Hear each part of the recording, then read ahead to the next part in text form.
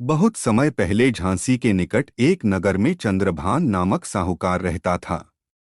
उसकी पत्नी चंद्रिका बहुत सुंदर, सर्वगुण संपन्न, सती साध्वी, शीलवंत, चरित्रवान तथा बुद्धिमान थी।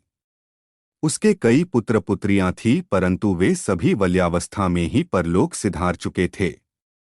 दोनों पति पत्नी संतान न रह जाने से व्यथित रहते थे।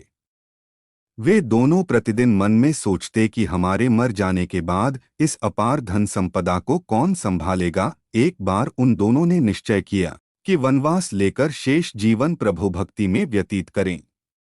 इस प्रकार वे दोनों अपना घर-बार त्याग कर वन की ओर चल दिए।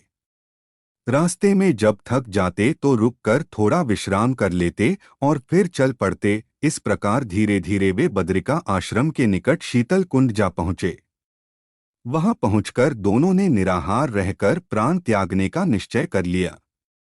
इस प्रकार निराहार व निर्जल रहते हुए उन्हें 7 दिन हो गए तो आकाशवाणी हुई कि तुम दोनों प्राणी अपने प्राण मत त्यागो। यह सब दुख तुम्हें तुम्हारे पूर्व पापों के कारण भोगना पड़ा है। यदि तुम्हारी पत्नी कार्तिक मास के कृष्ण पक्ष में आने वाली अहोई अष्टमी को अहोई माता का व्रत और पूजन करे तो अहोई देवी प्रसन्न होकर साक्षात दर्शन देगी। तुम उनसे दीर्घायु पुत्रों का वरदान मांग लेना।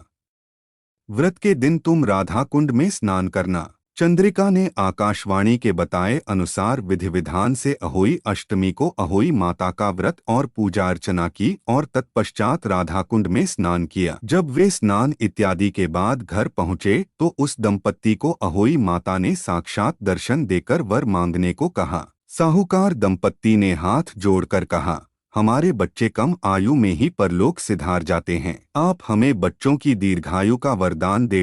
तथास्तु कहकर अहोई माता अंतर्ध्यान हो गई। कुछ समय के बाद साहूकार दंपत्ति को दीर्घायु पुत्रों की प्राप्ति हुई और वे सुखपूर्वक अपना गृहस्थ जीवन व्यतीत करने लगे। अहोई माता की जय।